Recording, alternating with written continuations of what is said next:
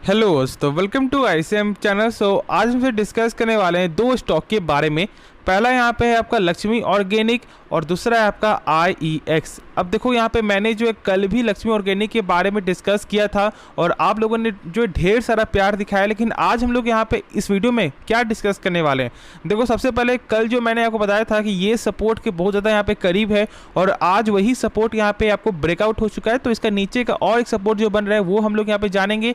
फिर हम लोग यहाँ पे बात क्या करने वाले हैं, कुछ बेसिक फंडामेंटल की। देखो, क्योंकि मैंने कल के वीडियो में पूरा लॉन्ग जो है जो भी आपका फंडामेंटल होता है मैंने सारा कुछ आप लोगों को कल के वीडियो में आपको बताया है। तो यदि आपको लॉन्ग जानना है तो बस आप कल का वीडियो एक बार जरूर से चेकआउट कर लो, बहुत कुछ यहाँ पे नया सीखने को मिल जाएगा। लेकिन हम लोग यहाँ पे कुछ बेसिक में जानेंगे, जैसे कि 4-5 पॉइंट जो आप लोगों को यहाँ पे जानना जरूरी है यदि आप इस कंपनी को होल्ड करके चल रहे हो। फिर हम लोग यहाँ पे अंत में बात करेंगे IEX के बारे में। तो चलो फिर स्टार्ट करते हैं और डिस्कस करते हैं लक्ष्मी ऑर्गेनिक के बारे में। देखो, आज के दिन यहाँ पे 3.5% तक जो गिरावट आपको देखने को मिल रहा है। 262 के लेवल पे स्टॉक अभी यहाँ पे ट्रेड कर रहा है। और यदि आप इसका यहाँ पे चेक करोगे टेक्निकल लेवल, तो आप यहाँ पे देख रहे हो कि एक सपोर्ट था जो था यहाँ पे 268 का लेवल, लेकिन आज के दिन यहाँ पे आपको ये जो लेवल है वो ब्रेकआउट हो चुका है।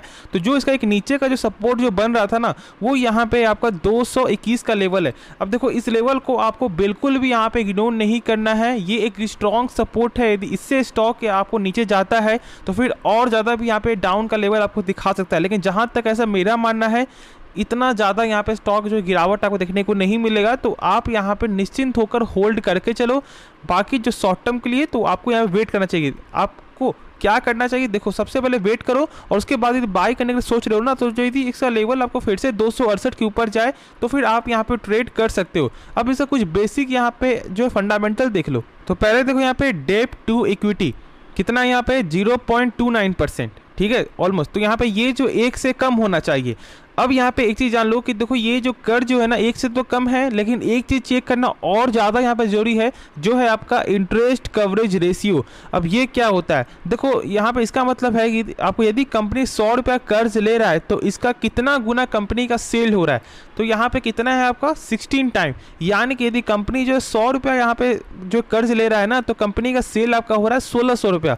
तो आप खुद ही सोचो कि क्या कंपनी जो है डूब सकता है कर्ज के मामले में? नहीं, ऐसा बिल्कुल नहीं हो, क्योंकि यहाँ पे सेल्स बहुत ज़्यादा कंपनी का हो रहा है। हाँ, यहाँ पे देखो थोड़ा सा यहाँ पे कम देखने को मिलता है ROC, क्योंकि मैंने बताया हुआ है कि रिटर्न ऑन कैपिटल एम्प्लॉयड जो है 12% का होना चाहिए, लेकिन यहाँ पे थोड़ा कम है। लेकिन ये होता क्या, देखो इसका मतलब है यदि कंपनी अपने ऊपर 100 रुपया लगा रहा है तो यही 100 रुपया कंपनी का 1 साल बाद यहाँ पे बढ़ रहा है या फिर घट रहा है। तो यहाँ पे बढ़ तो रहा है, लेकिन 11% का ग्रोथ है, जो कम से कम 12% का होना चाहिए। बस ये थोड़ा यहाँ पे जो कमी आते हुए इसमें दिखाई दे रहा है। बाकी यहाँ पे यदि आप Q4 का नंबर चेक करोगे तो यहाँ पे सेल्स में जो कमी आए ना, इसी के कारण जो स्टॉक में फिलहाल अभी यहाँ पे गिरावट हो रहा है, क्योंकि 880 करोड़ से घटकर आपको हो चुका है 733 करोड़। और यदि हम लोग यहाँ पे चेक करें क्वार्टर के हिसाब से तो 655 करोड़ से बढ़ चुका है। लेकिन देखो, ये एक केमिकल सेक्टर से बिलोंग करता है, तो ये हमेशा आपको ऐसा नहीं होगा कि सेल्स आपको बढ़ते हुए दिखाई देगा। नहीं, यहाँ पे सेल्स हमेशा अप्स एंड डाउन दिखने को मिलता है, कभी ज़्यादा हो गया तो कभी कम हो गया।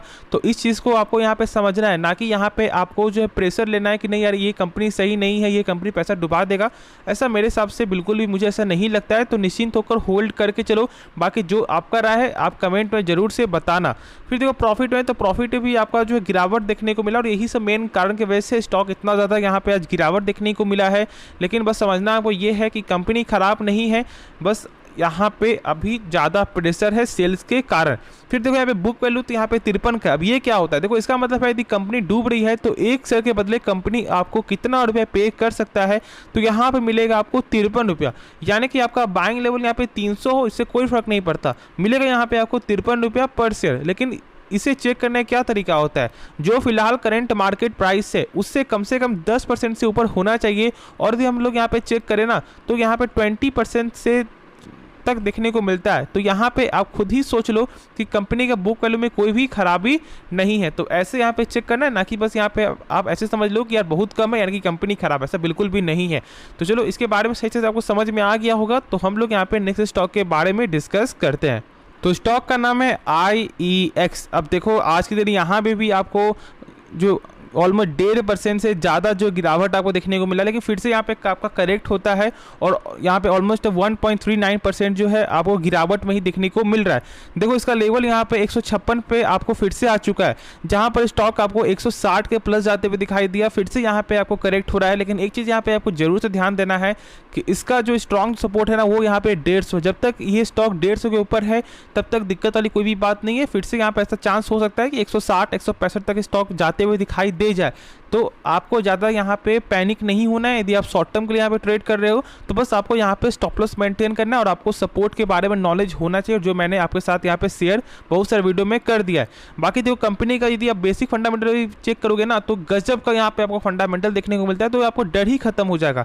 देखो दो चीज़ ही, बस 2 से 3 चीज़ ही कंपनी का यहाँ पे खराबी है, बाकी सब कुछ यहाँ पे कंपनी का सही देखने को मिलता है। जैसे कि देखो पहला यहाँ पे क्या आपका FIS का स्टेक लगातार यहाँ पे कम होते हुए दिखाई दिया है, लेकिन इस क्वार्टर में यदि चेक करोगे ना तो यहाँ पे गेन देखने को मिला है। जैसा कि आप यहाँ जो है चेक कर रहे हो और यहाँ पे आप देख भी रहे हो कि ऑलमोस्ट जो है यहाँ पे 34% से घटकर आपका हो चुका है यहाँ पे 15.49%, इसके पहले क्वार्टर में था, लेकिन इस क्वार्टर में यहाँ पे आपको गेन देखने को मिला है, जो राहत की बात है।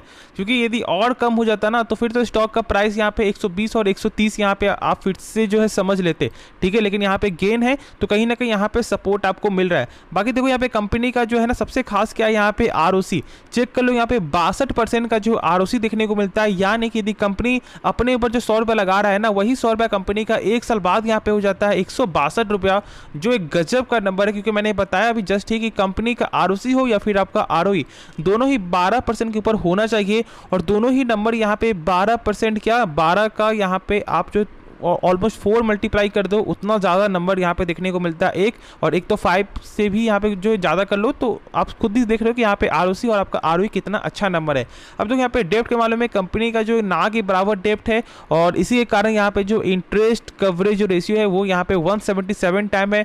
यानी कि यदि कंपनी 100 रुपये भी कर्ज ले रहा है ना तो कंपनी का सेल कितना यहाँ पे आपका हो रहा है, ऑलमोस्ट आपका 17,000, ठीक है, 17,700। तो फिर क्या यहाँ पे कंपनी भविष्य में आपको डूब सकता है? बिल्कुल भी नहीं, क्योंकि यहाँ पे कर्ज ही नहीं है और साथ साथ यहाँ पे जो सेल्स का कंपनी का हो रहा है वो यहाँ पे भर भर के हो रहा है। तो इस चीज़ को बस यहाँ पे आपको समझना है। बाकी कंपनी का यहाँ पे सेल्स में थोड़ा जो कमजोरी हुआ है और यही जो दूसरा यहाँ पे मेन कारण है, बाकी सब कुछ यहाँ पे कंपनी का सही देखने को मिलता है। तो ये चीज़ आपको समझना है ना कि जो लोग यहाँ पे ऐसे सोच रहे हैं कि क्या ये स्टॉक यहाँ पे लॉन्ग टर्म के लिए सही है, तो बस आपको समझना ये है कि क्या आपको ऐसा लगता है कि इनका जो बिजनेस यहाँ पे लॉन्ग टर्म में चलेगा। यदि आपको ऐसा लगता है निश्चिंत होकर होल्ड करके चलो।